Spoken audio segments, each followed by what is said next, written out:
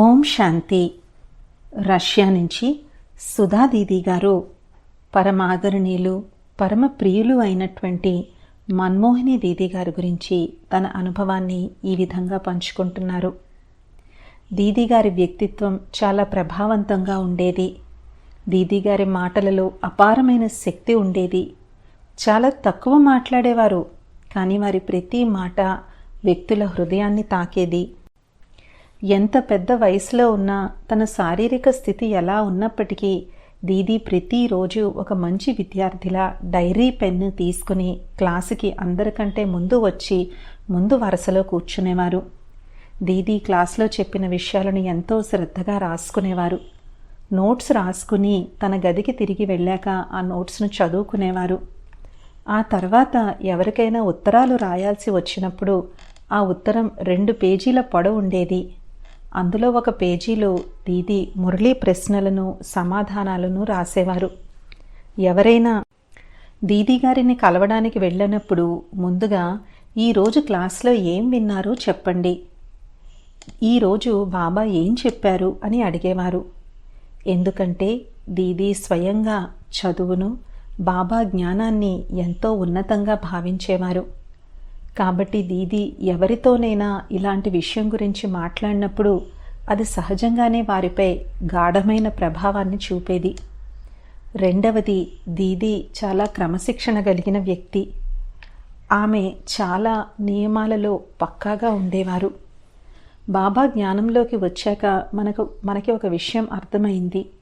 ఇదేంటంటే మనం వ్యర్థమైన చర్చలు, వ్యర్థమైన ఆలోచనలు, నెగిటివ్ ఆలోచనలు, నెగిటివ్ విషయాల సంభాషణల నుంచి కంప్లీట్గా మనల్ని మనం కాపాడుకోవాలి అని. ఎందుకంటే ఇవి ఆత్మకు శత్రువులు. మన జీవితాలు గతంలో కలియుగంలో గడిచిపోయాయి. అందువలన చాలామందికి దాని గురించి నెగిటివ్గా మాట్లాడుకునే అలవాటు ఉంటుంది. వారెవరైనా కలిసినప్పుడు తప్పనిసరిగా 3వ వ్యక్తి గురించి మాట్లాడతారు. ఎవరినో ఒకరిని విమర్శిస్తారు, లేదంటే ఎవరి గురించైనా ఏదో ఒక దాని గురించి చాడీలు చెప్తారు. కాబట్టి ఈ అలవాటుని మెల్లమెల్లగా మనం మార్చుకోవాలి.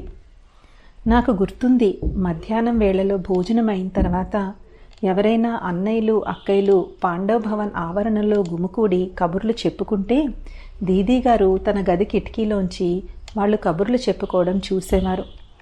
వారు ఖచ్చితంగా తమ శక్తిని, సమయాన్ని వృధా చేస్తూ అక్కడ వాతావరణాన్ని పాడు చేసేవారు.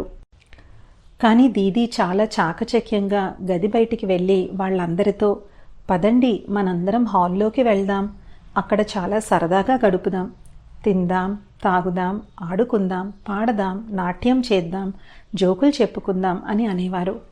అలా ఆమె అందరినీ హాల్లోకి తీసుకువెళ్ళిపోయేవారు. కానీ ఆమె చాలా హాస్యభరితురాలు కూడా. మాటిమాటికి దీదీగారు మమ్మల్ని నక్కీలేక ఒడ్డుకు తీసుకువెళ్ళేవారు. అక్కడ కూడా నేను పాటలు పాడుతూ, నాట్యం చేస్తూ, అంతాక్షరి అడుగుతూ, పాడుతూ మాతో చాలా సరదాగా గడపడం చూశాం. మనం దేవతల మహిమల గురించి, వారు గౌరవానికి ప్రతిరూపాలుగా ఉంటారు అని విన్నాము. కానీ మన విద్య ఒక మనిషి నుంచి దేవతగా మారడానికి, అంటే మర్యాదలకు ప్రతిరూపంగా మారడానికి. కాబట్టి దీదీ గారు మాకు మర్యాదల గురించి అనేక విధాలుగా చాలా క్రమపద్ధతిగా శిక్షణ ఇచ్చేవారు. ఈ సందర్భంలో నేను ఒక సంఘటన చెప్తాను. అది జనవరి నెల. నేను మధుబన్లో ఉన్నాను. నాతో పాటు నా చెల్లెలు కమలేష్ బెహన్ కూడా ఉన్నారు. మాకు పాటలు పాడటం అంటే చాలా ఇష్టము అని మధుబన్లోనే అందరికీ తెలుసు. అందులో ఒక 2 అన్నయ్యలు వచ్చి, జనవరి నెల వస్తుంది, బాబా అవ్యక్త దినం వస్తుంది, మేము కొన్ని పాటలు రాశాం, మీరు వాటిని పాడితే మేము రికార్డు చేస్తాము అని అన్నారు. మేము అన్నాము, మేము రేపు ఉదయాన్నే బయలుదేరి వెళ్ళిపోతున్నాము. అప్పుడు వారు అన్నారు, సరే అయితే ఇవాళ రాత్రికి మనం రికార్డింగ్ చేద్దాము అని అన్నారు. అప్పుడు మేము రాత్రంతా కూర్చుని బాబా పాటలు రికార్డింగ్ చేశాము. సుమారు అర్ధరాత్రి 1 గంట దాటిపోయింది. తర్వాత మేము రికార్డింగ్ అయిపోయిన తర్వాత రెస్ట్ తీసుకుని ఉదయాన్నే దీదీ వద్దకు వెళ్ళి మేము బయలుదేరుతున్నాము అని చెప్పాము. అప్పుడు దీదీ గారు మాకు చాలా ఆశీర్వాదాలు ఇచ్చారు. అప్పుడు ఒక అక్కయ్య వచ్చి, దీదీ, ఈ 2 అమ్మాయిలు రాత్రి అంతా అవ్యక్త దినానికి సంబంధించిన మంచి పాటలు రికార్డింగ్ చేశారు, మీరు చాలా కష్టపడ్డారు అని చెప్పారు. అప్పుడు దీదీ, ఇంత కష్టపడ్డారు కాబట్టి వీళ్ళకి ప్రత్యేక బహుమతినిస్తాను అని మాకు ఒక చాలా మంచి అందమైన మఫ్లర్లు తెప్పించి ఇచ్చారు. అప్పుడు దీదీ మమ్మల్ని చూస్తూ, అయితే మీరు నిన్న రాత్రి 4 పాటలు రికార్డు చేశారు కదా, నిన్న రాత్రే వాటిని రికార్డ్ చేశారా అని అడిగారు. అవును దీదీ, వేరే దారి లేదు అని అన్నాము. నేను ఈ ఉదయం బయలుదేరాలి కదా, అందుకని రాత్రే రికార్డు చేశాము అని చెప్పాను. కానీ దీదీ ఏమీ అనలేదు, నన్ను కోపగించుకోలేదు, నాకు దెబ్బలాడలేదు. కానీ దీదీ చూపులతోనే నేనేదో తప్పు చేశానని గ్రహించాను. అప్పటి వరకు నాకు ఆ విషయం తెలీదు. ఎందుకంటే జ్ఞానం ప్రకారం రాత్రి సమయం తమో ప్రధానం మరియు యోగులు రాత్రిపూట నిద్రపోతారని బాబా చెప్తారు. వారు ఉదయాన్నే లెగిసి పనులన్నీ చేస్తారు. నేను చిన్నపిల్లను కాబట్టి నాకేమీ తెలియదు. అందుకే దీదీ గారు నన్ను ఏ విధంగానూ దెబ్బలాడలేదు, కోపగించుకోలేదు. నాకు ప్రేమతో తన చూపులతో అర్థం చేయించారు. ఆ తర్వాత నేను ఢిల్లీకి తిరిగి వచ్చాగా క్రమంగా పెద్దలతో మాట్లాడడం ద్వారా నాకు అర్థమైంది ఏంటంటే, నేను వారి అనుమతి తీసుకొని ఉండవలసింది, ఎవరికైనా చెప్పి ఉండవలసింది అని గ్రహించాను.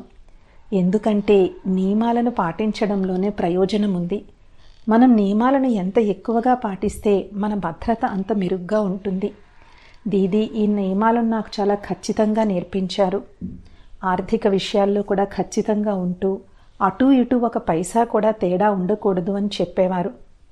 మనం చాలాసార్లు అకౌంట్స్ పెట్టేటప్పుడు రౌండ్ ఆఫ్ చేసేస్తూ ఉంటాము.